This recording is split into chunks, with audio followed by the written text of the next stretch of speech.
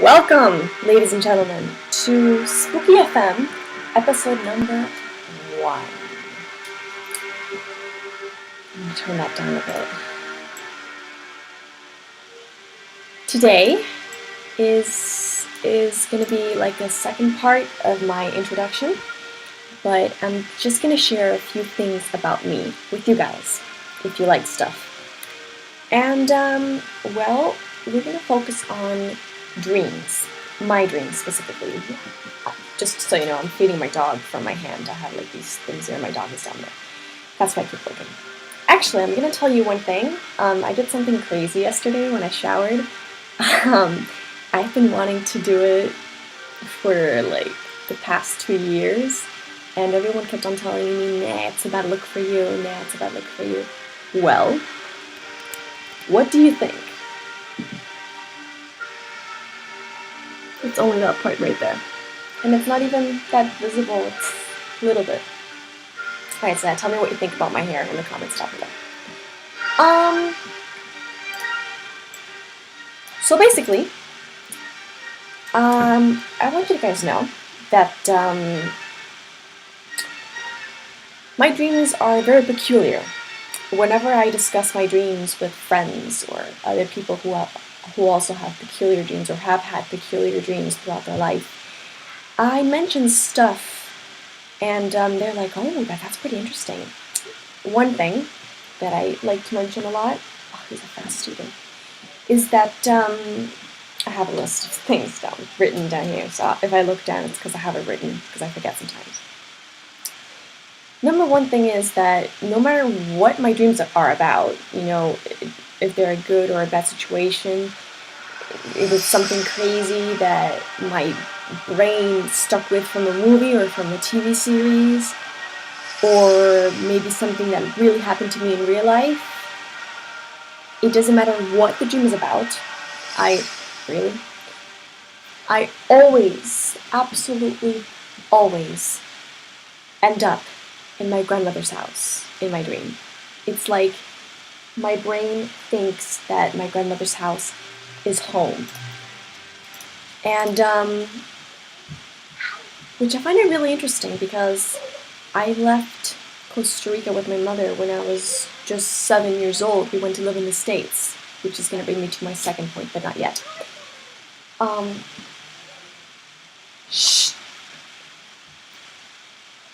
And basically, I think that deep down in my heart and my soul, my heart still is, my soul still is in Costa Rica at my grandmother's house because every single dream I've had since I was since as long as I can remember, let's just put it at 8 years old, I always end up at my grandmother's house, which is not that I find annoying, but I just question it because this, Hanover, Germany, this is my home. This is where I've stuck for the past 7 years, I think now, or 6, I'm not sure. It's 2007, 7 years, wow. And so I find it very interesting that every time I dream, no matter what the dream is about, if I'm concentrated enough in what I'm dreaming about, or if I don't concentrate, like if in my head I'm like, oh, I want to wake up soon, or I'm not really feeling this dream, I'm just gonna, chillax, it's like my brain automatically, mentally takes me to my grandmother's house. So I find that really interesting. I love it because it's a huge house, it's a beautiful house, it's a family home. My mother was there when she was young, her sister lived there, her 3 younger brothers lived there, and I lived there too. So yeah, it's my dream house. If I can get the blueprint, or if I just draw the whole thing by myself, which I think I can, because I've been there so many times that I was at the house for so long that I think I can draw it from sketch, and maybe build my own grandma's house in the future. So yeah, that's point number 1. Point number 2, which is the fact that I had my first flight when I was pretty young. I think it was 4 or 5 years old, and I'm not sure if my memory serves me right, but I believe that my dad, my half-sister, and I don't know if my mother came with us. I think she did. She wasn't in the whole plan thing because my dad was already out of the picture before I was 4, I think. And we went to Disneyland. Disney World. Disneyland. I have no idea. I've only been there once, I think. Twice. And, well, I was very young. And because of flying so young, which I don't remember being scared of the plane. I thought it was a very exciting thing to do because I'd seen planes on TV and, movies about it. And I was like, yay, I'm on a plane, I'm going to fly. So ever since then, for as long as I can remember, I can fly in my dreams. Starting at about 2008 or 2009, when I was already living here in my second year here in Germany, I remember that I started to pay attention to my dreams a little more. And pretty soon, I discovered that I could actually control my flying. Back then, it was just random stuff. I was flying through my dreams. Now it's really flying. Like, let's say if I wanted to go to the top of my closet right up there and get something in my dream, I could control myself and actually fly and actually go horizontally, like lying like this, and be able to fit up there and be able to lie up there. That's how much I've improved on my flying in my dreams. So yeah, that's the second point. The third point is that I have been watching really cool shows like Charmed, Buffy the Vampire Slayer, and Mutant X. Those are the 3 top ones that would come to my mind at the moment. Supernatural, of course.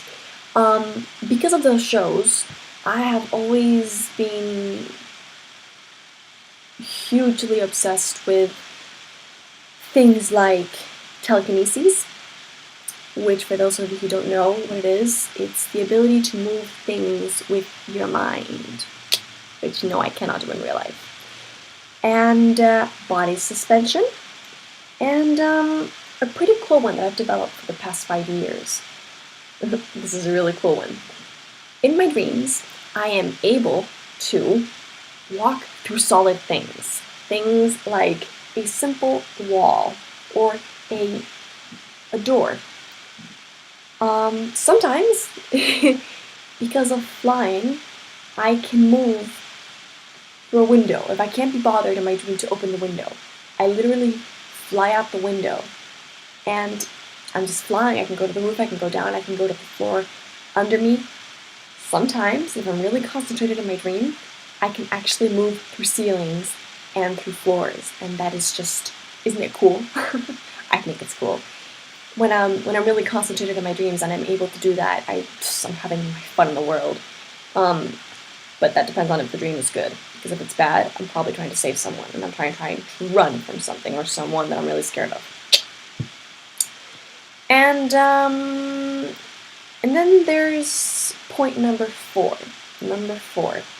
This one's a little bit different than the others. I'm not sure if it's an ability of a dream. It's more of a fact. Okay, so here you go. I'm going to try to explain it as easy as possible. It's a very interesting fact that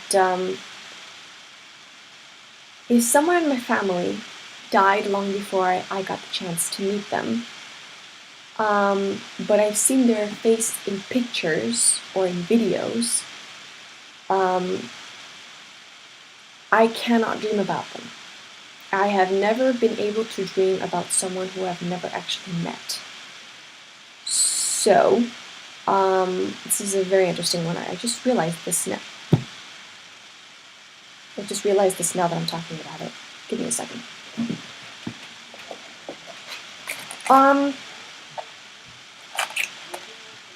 Before my grandmother passed away, last February, I didn't used to dream about her as much as I dream about her now that she is an angel. She passed away after beating cancer. She was a strong woman. Oh, so much better. I can actually see my eyebrows. Alright, so, yes. I have never been able to dream about someone who I've never met.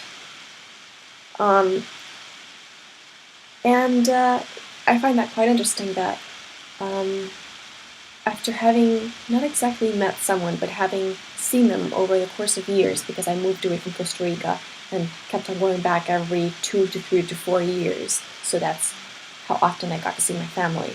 Still do. Hopefully there'll be money next year, because I don't think we're up to the money this summer. And before my grandmother died, I didn't dream about her that much. And I'm not saying that I dreamt about her a lot more right after she died. That's a lie. But it was her death's anniversary this February, so I have been dreaming about her in a pattern way, you could say, like every other month or every other day of a week. That's how my brain works for some reason. And I find that very interesting because there have been many few times that I've dreamt about my, holy crap, how do I say this, maternal great-grandmother, the mother of my mother's father. There you go. And I met her when I was very little. I was probably 3 going on 4. She died when I was pretty young. So I've only dreamt about her very few times. I could say at least 20 times in my whole life. So 20 times out of 20 years of dreaming. There you go. And it's just a fact that I want to share with you guys because it's something that I find it important and kind of significant. When I'm dreaming, and then my grandmother appears in my dreams, the one that passed away last year. It's very interesting. I have this huge urge to hug her because I didn't get to say goodbye to her. I only saw her summer of 2012. So I've gone nearly a whole year without seeing her, I guess, without visiting her. That's not really weird. And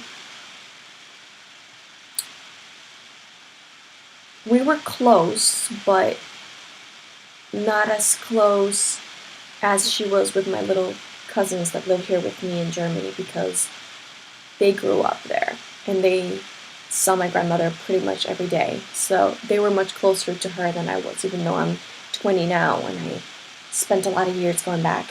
So whenever she appears in my dreams randomly, I do have this huge urge to hug her. But I try to make it feel, in my dream, I try to make it feel like she's not gone, like she's still part of my life, because she is. And instead of hugging her, I feel like something's holding me back because she's actually not here. She's an angel. So I find it very difficult. My body like stops me from jumping and hugging her. And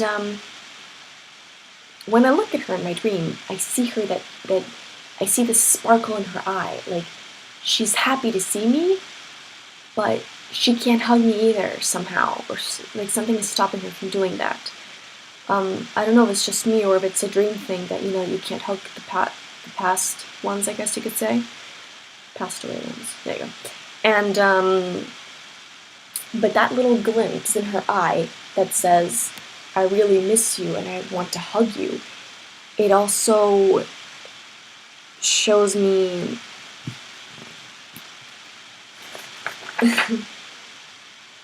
yeah, it also shows me like it's a sparkle and it's a mix between I'm so glad to be here, I love being in your dreams, but there's also this sparkle in her eye that gives me a little bit of fear. I see fear in her eyes sometimes. Like if she was trying to tell me that she can't communicate with me in any other way. Which is pretty interesting. So yeah.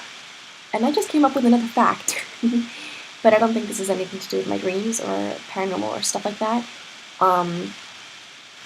In Costa Rica, when you look out the window at sundown, the sky is beautiful. It's amazing. The colors, the clouds, it's just beautiful. And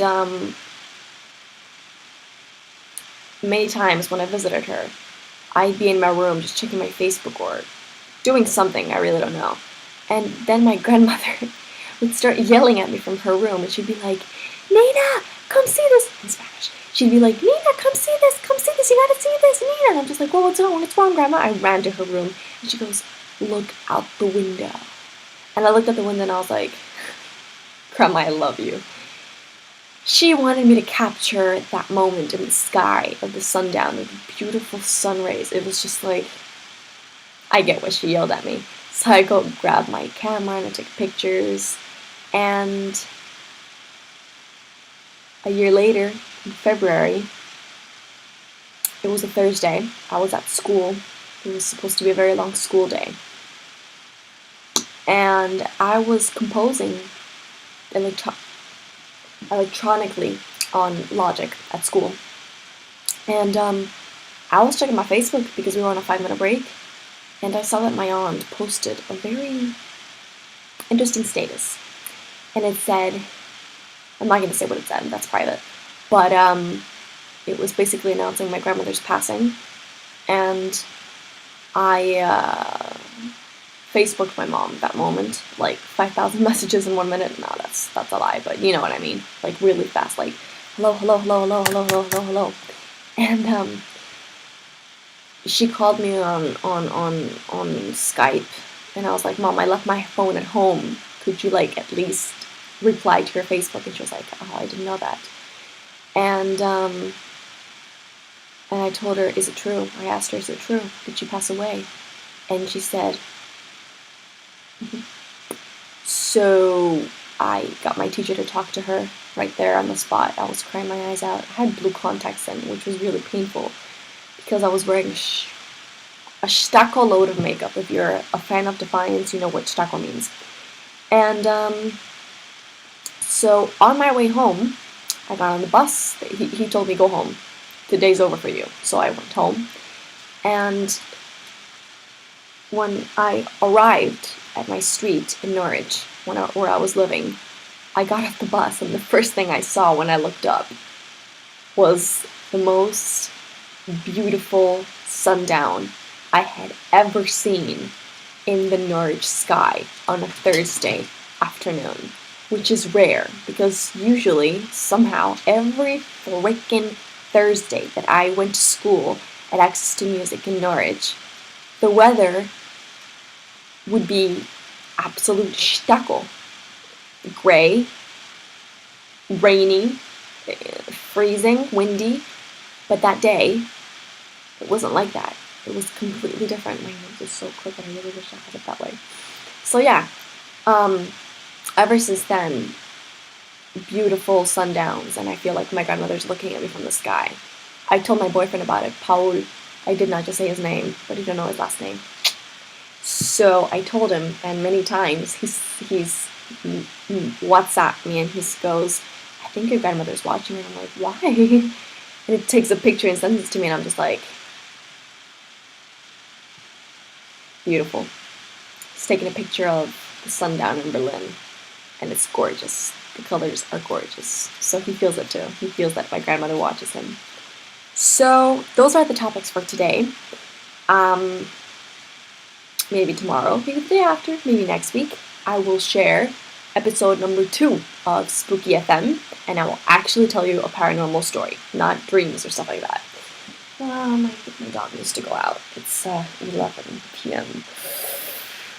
So yeah, how'd you like my new nose stud? Sparkly little one. And so yeah, that is it for today's episode. Let me know if you liked it. Let me know if you relate to me. Let me know if you know anything about the stuff that I just told you about. And yeah, don't forget to like, subscribe, and comment anything you want down below. And don't forget that this world is about love and peace. Like this lipstick. Good night, everyone. Tomorrow's Friday.